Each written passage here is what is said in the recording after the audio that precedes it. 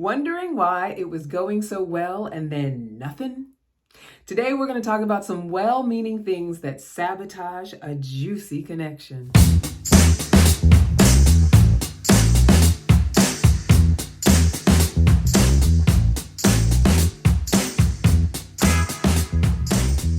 Hey sweet baby, welcome to Loving Relationships for Women of Color. You want a love life that loves you back. You want the joy of being seen, heard, accepted, and loved. You want someone who loves you for what is in your head, not what is on your head. I'm Candace Harper, relationship coach and hypnotherapist, and I believe we all deserve joyful, peaceful, abundant, fulfilling, and loving relationships. I have one, and I want you to have yours too. So come with me while we break cycles, move our survival mechanisms out of the way, and truly understand ourselves and our worth. Share this show with your friends and write a review. Don't keep it a secret. We all need good love, honey. Also, make sure to subscribe wherever you are watching or listening. All right, let's get started. Happy Pride Month, everybody. Today, we are talking about 7 well-meaning actions that are sabotaging love's possibilities and what to do instead. So what inspired this topic today was I was sitting with a couple friends the other night, my partner and his best friend, who's become my friend as well. It was his birthday. We were celebrating his birthday and we were talking about his love life and, telling me about his dates, which I always ask. I love to hear his dating stories. And so, he's recently dating someone. And then things kind of slowed down, the pace kind of slowed down. And I think that within that, I don't know her well enough to know what her thinking pattern was, but she started to feel like things are going kind of slow. What can I do to, kick it back into gear, speed it back up, or, whatever the whole reasoning was around it. Basically, she communicated to him that she is independent. She has all of her own money. She has her own roof over her head. She can take care of herself. She doesn't need anything from him, but she wants to be with him. She wants to spend time with him. And I think it was in response to them not spending the amount of time together that she would have preferred.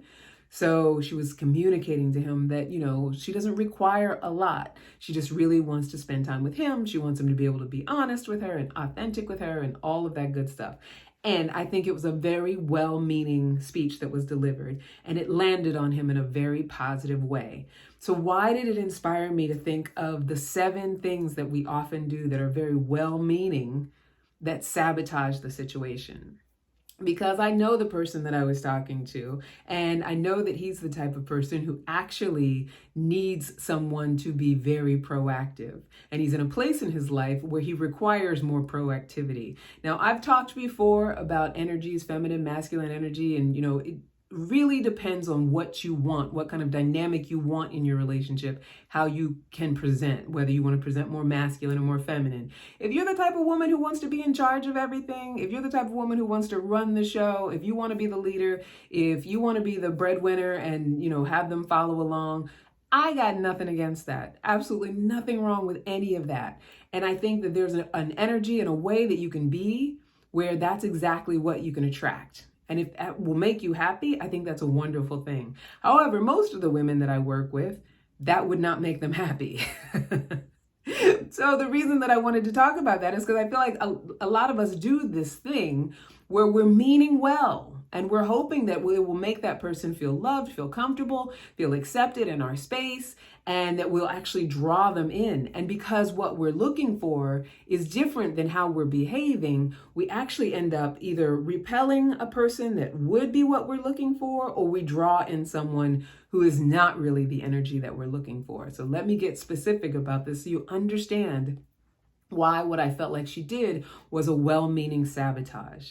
Right? Because if ultimately, and this is assuming that she wants what a lot of clients I deal with want. She kind of fits my ideal client bill, but I don't know her well enough to be able to say what she wants.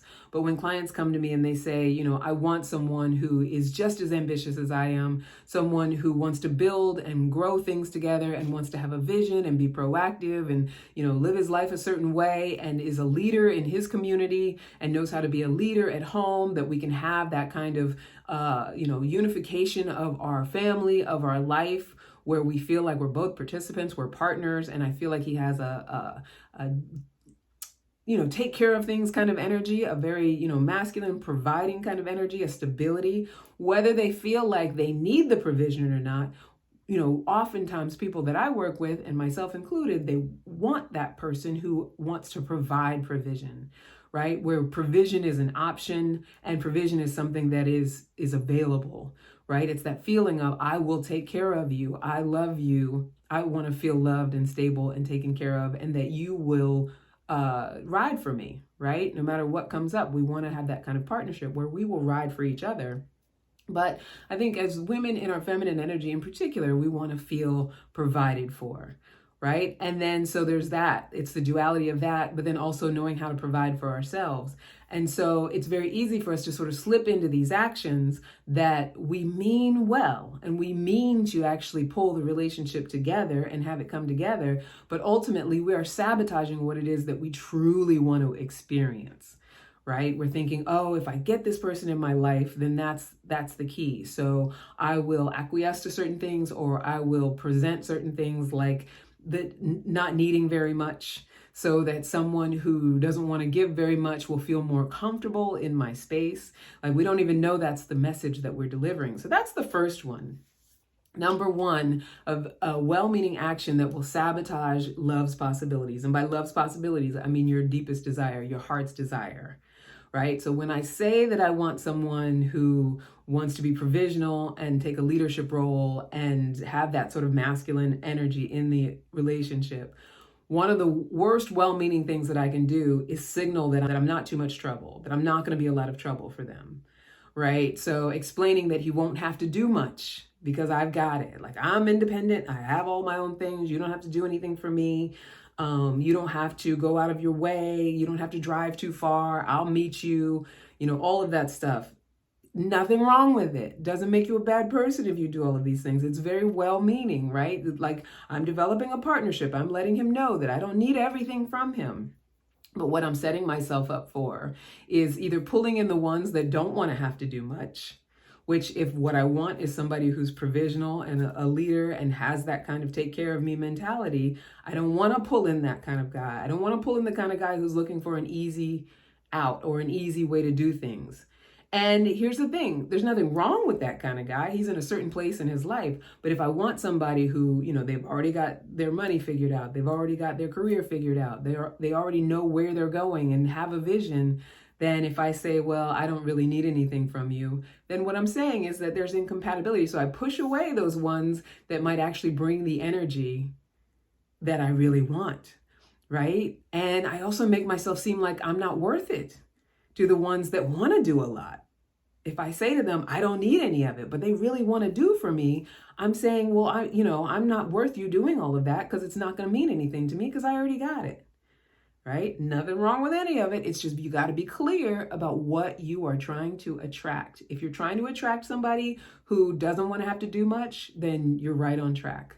But if you're trying to attract somebody who really is in it 100%, really wants to contribute what he's able to contribute, really wants to be in the relationship, whether financially, emotionally, sexually, like wants to be a giver in the relationship, that attitude of, I don't need anything from you, well-meaning, but sabotaging. And we're just getting started. I also wrote in my notes, relationships mean becoming interdependent, reliant, and intertwined. And so if you're someone who goes 100% all in, you want someone who also goes 100% all in when it comes to emotionally and, all other aspects of the relationship. So if your potential partner backs out because they don't feel worthy, financially ready, or that they don't have the time to commit, if they start to slow things down, rather than making it easier for them, let them go ahead and slow things down and do what they need to do to take care of themselves, because they might get to a point where they're like, you know what, I'm ready, I can do this, and then they want to get committed and also put in 100%, just like you want to put in 100%. But if they don't, it's okay too. Let them go ahead about their business. Don't try to reel them in when you feel like they're kind of backing off, because that's what they need to do for themselves. Every rejection a favor. And if it feels like they're turning away, let them turn away. Number 2, talking excessively about work-related matters, politics, or things for which you have a hard stance without being open to any other perspective. So I don't want to take away from, I'm an opinionated person. I don't want to take away from any of us that we be opinionated, that we have strong feelings and thoughts about anything. But in these early dating stages, when we're getting to know a person, that sort of like hard stance, driving it home. And it's funny because the same person I'm talking about was dating somebody else who's very political minded. And they're in that hard stance, kind of, this is the way I feel about things. They really, they want you to believe what they believe, taking a stand for something that's, social or global or whatever. There's nothing wrong with any of that.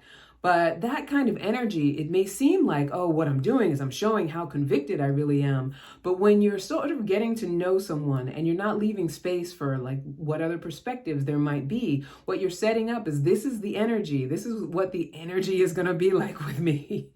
And maybe you are an intense person, and that, intense people also find other intense people. I'm not saying don't be intense if you're intense, because I always say, you want to be who you are, but understand whether it's performative or not. If you are taking that stance because you feel like this is something that this person's going to be attracted to, rather than this is just who I am, I'm a stand taker, because you want to match with the person who's going to be good for a stand taker. You don't want to be performative.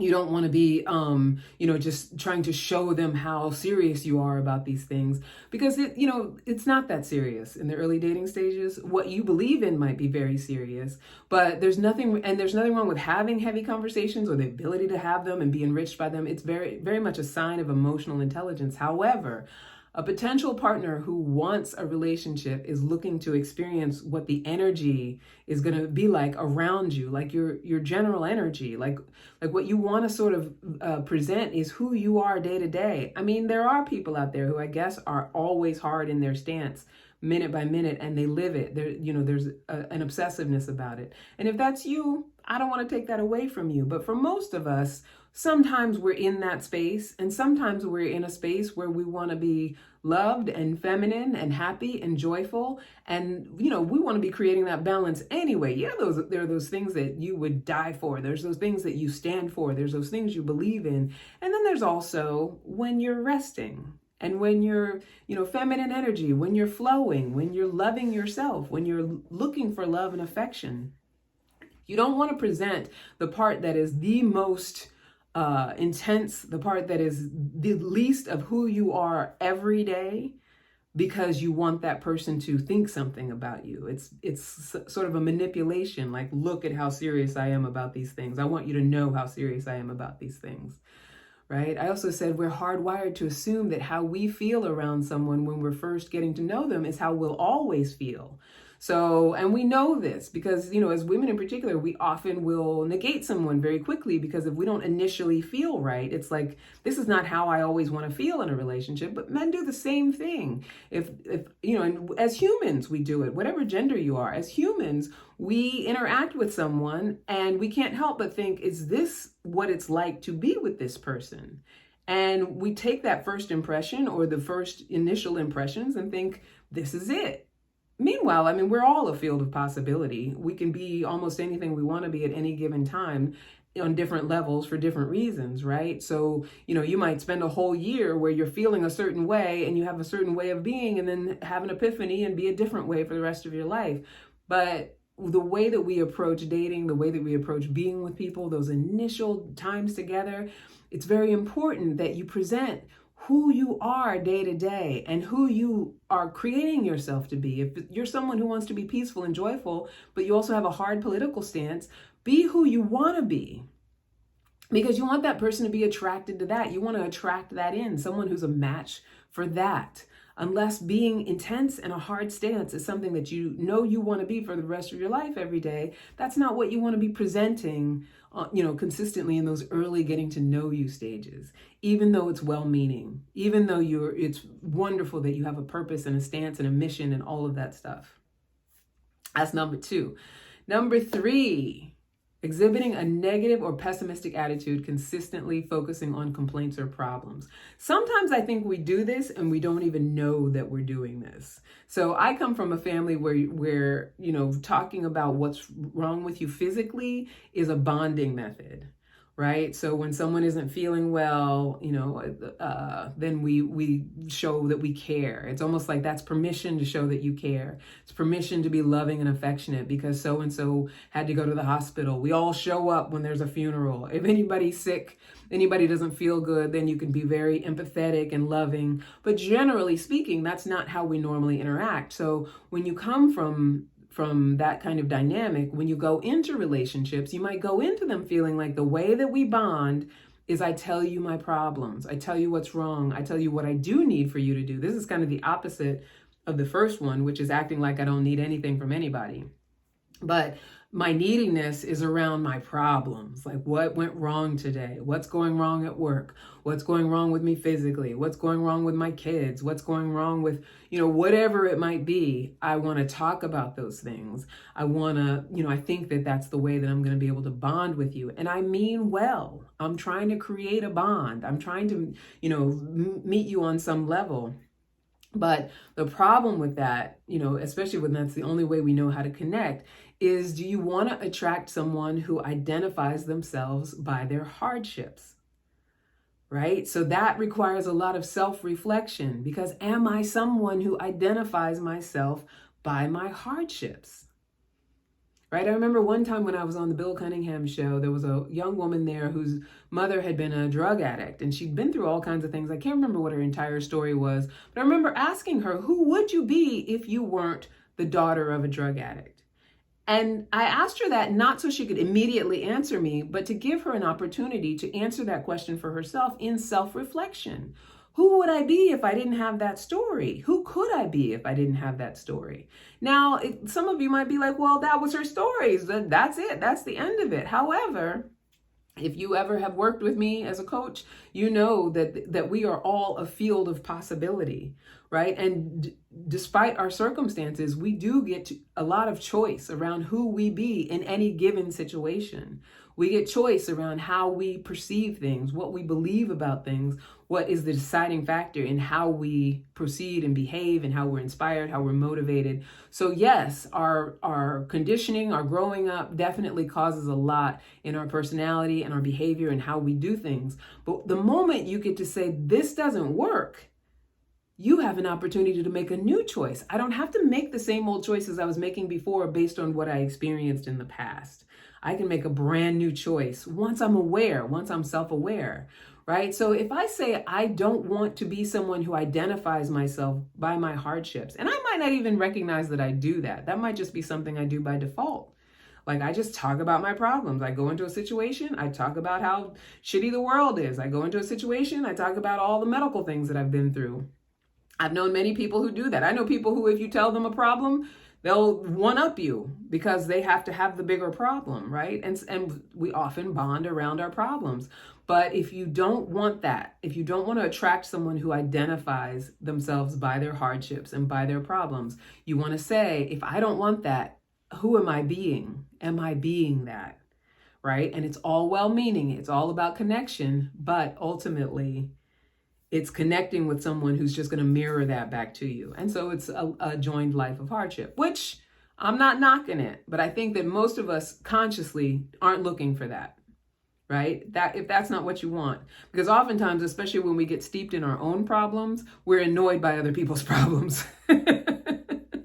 And I can tell you, when you get in a partnership, you do bring each other's your problems, your each individual problems, and you don't want those to be the things that rule the roost. I've been in a relationship where that was the case, and it didn't turn out good. But that doesn't mean, I'm in a relationship now, it doesn't mean that we have zero problems. We both came in with our own problems too.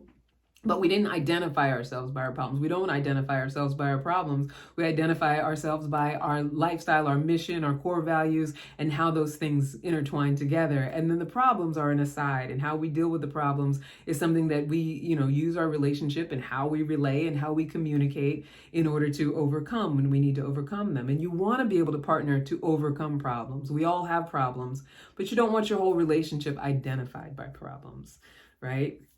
All right, number 4, leading with your expectations, right? So oftentimes in the early dating phase, we feel like the best thing we can do is just come right out there and just let them know all the things we want. And if you listen to some of my past shows, I do talk a lot about, when you go on a date initially, just be who you are, be authentic, say what is, what you're looking for, what it is that you want. Just don't attach it to that person. But I have to give that a caveat, right? You don't want to lead so hard with your expectations where that's what you're just laying out on the table. When you first meet someone, you can talk about that as it comes up in conversation. But the idea is that, getting to know someone is an exploration, right? And no one wants to waste time BSing if you're not compatible. And it is important to be authentic about what we want. You just don't want to give away all the ways to manipulate you. Because there's some bad actors out there. So if you initially just come right out with all the expectations, I need this, I need that, I want this other thing and that other thing, you're not only pushing away someone who might have been the one to provide that, but just wanted to actually take the steps to explore and get to know you and see if that's where it was going. You might not only just be pushing them away, but you might be pulling in somebody who's like, okay, I know exactly all the things to say and all the things to do to get what I want out of this situation for as long as I need to get what I want out of it. Right? So you got to think about that. I'm not leading with all of my list. You got to be this, that, and the other thing. I'm just coming in to explore, to see how we jive. We're talking about initial getting to know you phase, right? That initial stuff. Whew, and that is number 4. All right, we're going to take a little break. We're going to take a little commercial break for about 30 seconds, and we will be right back with 5 through 7, and then also what we can do instead. All right, so come back. I'll see you in a little bit. Mwah. Hey sis, I know you. You want to attract a partner who genuinely loves you as a woman. You want to break generational cycles and experience the fulfilling romantic relationships that your mother and maybe even your grandmother didn't have. You want to learn how to release the pattern of navigating your love life through past hurts, trauma, and abandonment issues. So I've made this easy to consume, effective digital course just for you. It's called A Love Life That Loves You Back. I'm Candace Harper, a relationship coach and hypnotherapist, and I would love to help you create that love life. Just go to bit.ly/loving relationships for WOC. Can't wait to see you there. And we're back. We're talking about the 7 well-meaning actions that are sabotaging love's possibilities and what to do instead. So far, I have covered 1 through 4. And now I'm going to cover 5 through 7, and then I am going to give you all of the things that you can do instead. I'm going to give you 3 simple, very simple things that you can do instead that's going to take all of this off the table. It's going to take all of it away. So number 5, consistently talking about your victimization at the hands of ex-partners or past relationships. Right? So that's one thing that we do that's kind of well-meaning. I'm getting to know you. I'm being honest about who I am. So I'm talking to you about what I've been through before in the hopes that maybe you might even, see yourself as the one who's going to make it better, or see yourself as the one who's going to swoop in and be different. I'm going to offer you what I've been through. Also, sometimes it's virtue signaling. So that I love so hard and I've just been through it all. And I'm not saying that to say that you're maliciously doing it or that you're trying to be manipulative when you're doing it. But sometimes it's like just a default way of being manipulative, right? So we talk about what we've been through and how hard it was and how abusive and terrible he was to me. And it gives the impression, or in those early dating phases, of being emotionally unavailable or still harboring unresolved feelings.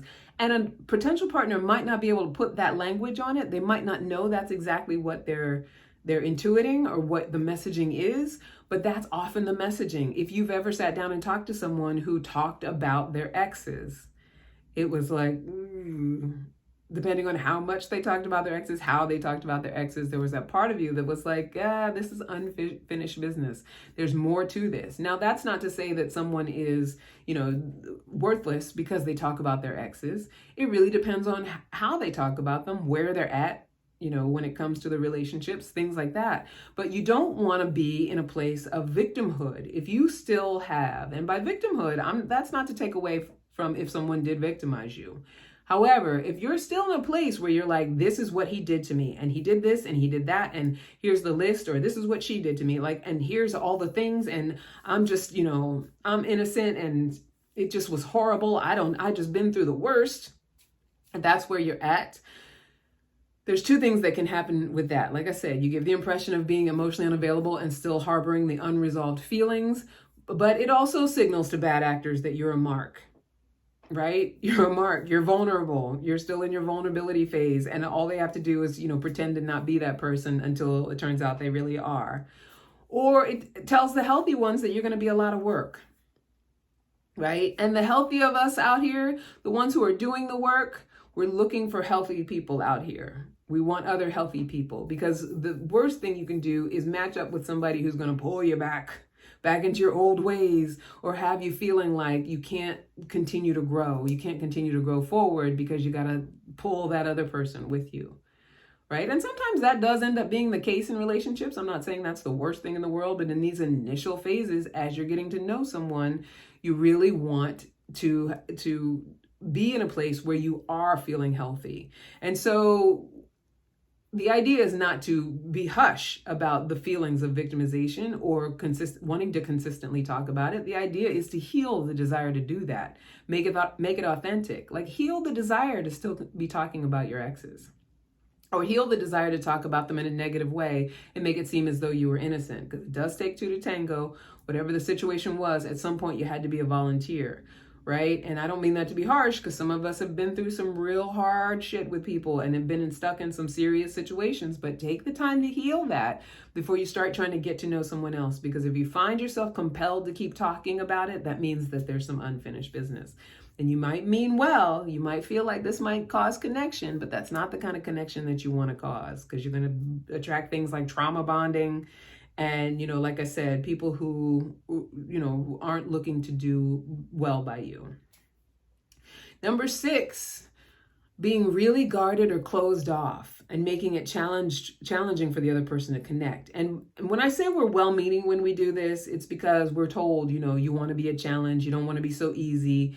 And also we're trying to protect ourselves. Often it's because we've been hurt in the past. So we guard ourselves, we get closed off, and, we mean well, we think we're doing the right thing. Our survival mechanisms are kicking in. And so we get guarded, and we make it, you have to vanquish the dragon in order to win the prize. It's her lady fair. And, all of that stuff is manipulation. Ultimately. And it's not the instincts are wrong. You definitely want someone who, as you're growing with them and getting to know them, there's a certain level of them proving that they are your prince, your stability, your provisional, that they are what you want before you give them the whole, keys to the castle. But there's a difference between that and actually setting up challenge, setting up guarding, being inauthentic because you want to keep them at arm's length, rather than just standing in who you are. So being a challenge is something that happens naturally when we're aligned with who we are, when we're up to what is important to us. That happens naturally because those who can't be with it, it's hard for them. And so if they can't overcome the challenges of that, you're, let's say, someone who's very intelligent and learned, and you're very well traveled and you like to do things in your community, or you're someone who likes to accomplish things, or you've done TED Talks, or whatever it is. If they can't overcome the challenges of what it would take to be with someone like you, then they're not for you. Right? But that's something that happens naturally as you are engaged in who you are, engaged in what's important to you. If what's important to you is to be a mother and to take care of children and be really good at that, that's going to be challenging for someone who wants to be with someone who's a jet setter, who doesn't care about having kids, and, comes with their own financial portfolio and, whatever. I'm just making stuff up, right? You want to be a challenge that an challenge that cannot be overcome with someone who's not right for you, right? But you will naturally be a challenge by just being authentically who you are, living into what you want. You don't have to force it or make it performative. You don't have to put on any sort of mask. You don't have to be guarded. You don't have to have extra attitude when you go on dates or anything like that. None of that is necessary when you are initially getting to know someone. Right? You can be who you are in a compassionate, polite, and nice way. And I don't mean be nice as in, let somebody be a jerk and you just keep being nice. I don't mean that kind of, girls need to be nice kind of thing. I mean, just be authentic how you would be when you meet someone new, even if you weren't going to date them. If you met a new friend, if you're so guarded that you don't even crack a smile and you can't even let your guard down enough to have a meaningful conversation, you can't expect to develop any sort of intimacy with them, right? And if they have to work really hard to get to a point where there can be a meaningful conversation, you are setting yourself up to repel somebody who might actually be worth it. What you don't want to give up are those things that are like the deepest part of your vulnerability. You don't want to give those things up right away, and there's nothing wrong with that. But what you do want to be willing to give up is the willingness to connect on a human level, the willingness to have a meaningful conversation, right? The willingness to show who you are at peace, who you are joyful, peaceful with yourself, right? Nothing wrong with giving those things up. Unless you feel that you're in danger or you feel like that person is somehow a threat to you. There's nothing wrong with giving that up to someone, even someone who you don't initially feel attracted to. We get so mired in thinking that we have to treat everyone, if they are or are not our match. So if I don't see you as a match, then I can't be nice to you. Or if I see you as a match, I'm going to be really guarded because I have to protect myself and, give you a challenge. So that's manipulative stuff that just doesn't work. It's like either way, just be who you are. Just be natural, make a human connection, listen, and see if this is someone you can explore with. Listen to your intuition, pay attention, and also share yourself, right? And then number 7, well-meaning, but just sabotaging, engaging in excessive self-promotion or bragging. Now, we often don't think that we're being self-promoting or bragging when we're talking about, who we are, what we've done, all of those things, especially as women. There's a part of us who diminishes what we've done, so that when we are in moments where we're willing to talk about it, where we're willing to give it some, weight, that sometimes it's like we overdo it, we overshoot. But you don't want to create that it's your job to impress a potential partner. It's not your job to impress anybody. Like, you be impressed with yourself, and those who are right for you will also be impressed with you. And by be impressed with yourself, I don't mean make it performative and show it to other people. I mean, just have that peace and joy within yourself that what you've done and who you are and where you've been means something. Make it mean something for you. Being impressive, just because you're a woman, being impressive, it's inherent in you. It's inherent, it's natural. We don't have to have a list of credentials or perform great feats. Just know how to stand in our admirability. That's all we need to do, is to know how to stand in our admirability. Ooh. Do you know how to stand in your admirability? That's something that I teach people, how to stand in their admirability. I like that phrase. I'm glad that I wrote it. Anyway, so what to do instead?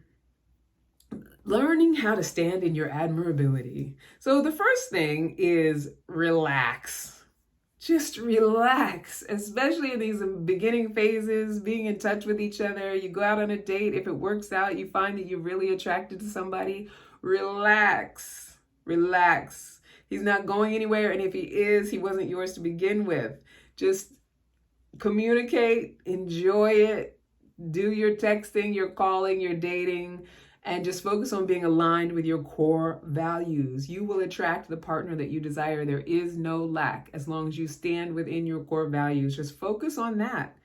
Focus on that alignment. Focus on just peacefully saying what you want and need, and how we want things to go, what you're down for, what you're not down for. And there's no reason to fight. There's no reason to be worried in those early stages. There's no reason to be sitting by the phone wondering if he'll call or text, or she or he or whoever or they. Like, there's no reason to be doing any of that stuff. Just relax, be who you are, and enjoy moment to moment. If you feel compelled to talk to that person, talk to that person. If they don't talk back or give you energy back, then let it go. Let them go on about their business. And let me just give that a caveat too. Talk to that person, but if you're feeling like you want to talk to that person because there's part of you that's feeling attached and you're like, you've got that anxious attachment thing, then go and do something else. But relax. The next is remember Remember that you at peace with yourself is an aphrodisiac to the like-minded and a repellent to the malintended. You at peace with yourself, that's an aphrodisiac to other people who are at peace with themselves. Other people who are at peace with themselves love people who are at peace with themselves, because we can all get together and kumbaya and just be who we are and be comfortable, and nobody walks away like, ooh, I shouldn't have said that. That was horrible. Yuck. Right? We just love other people who are just like, I'm good. I'm good with who I am. I'm good with who you are because I'm good with who I am. Right? So remember, you at peace with yourself is an aphrodisiac to those who are at peace with themselves and a repellent to the malintended. People who don't mean you well, they can't be with your peace with yourself. They can't be with your naturalness with yourself, with your ability to just own who you are and not apologize for it.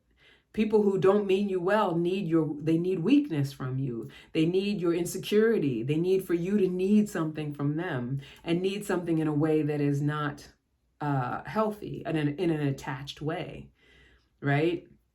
And then the last one is release. Release any need to attach to anyone or force their impression of you. What you are seeking, who you are seeking, is seeking you. So release all the lack mentality, release the need to attach to anyone. I know sometimes someone can look so good to you and you just want to like sink your claws into them and bring them into your life. But release that need to force anyone, force their impression of you, force them into your life. Just know that who you are seeking is seeking you. So relax, remember, release. Relax, remember, release. Relax, remember, release. I want you to repeat that to yourself as you're dating, as you're out there doing your thing. And that's it, my sweetheart. That's it for this week. I love you so much. All those well-meaning things you're out there doing that are actually sabotaging. Relax, remember, release. Let them go. Get into that feminine flow. And until next time, listen, it is Pride Month, honey. Here on A Love Life That Loves You Back, we're working specifically for women of color who want loving relationships. But we believe that love is for everybody and that loving relationships are for everyone, no matter your gender, sexuality, or preferences. So we celebrate love with the LGBTQIA plus community, and we say to everyone, keep being unapologetically lovable and give yourself grace. I love you so much, my sweetheart. I'll see you next week. Mwah. Bye now.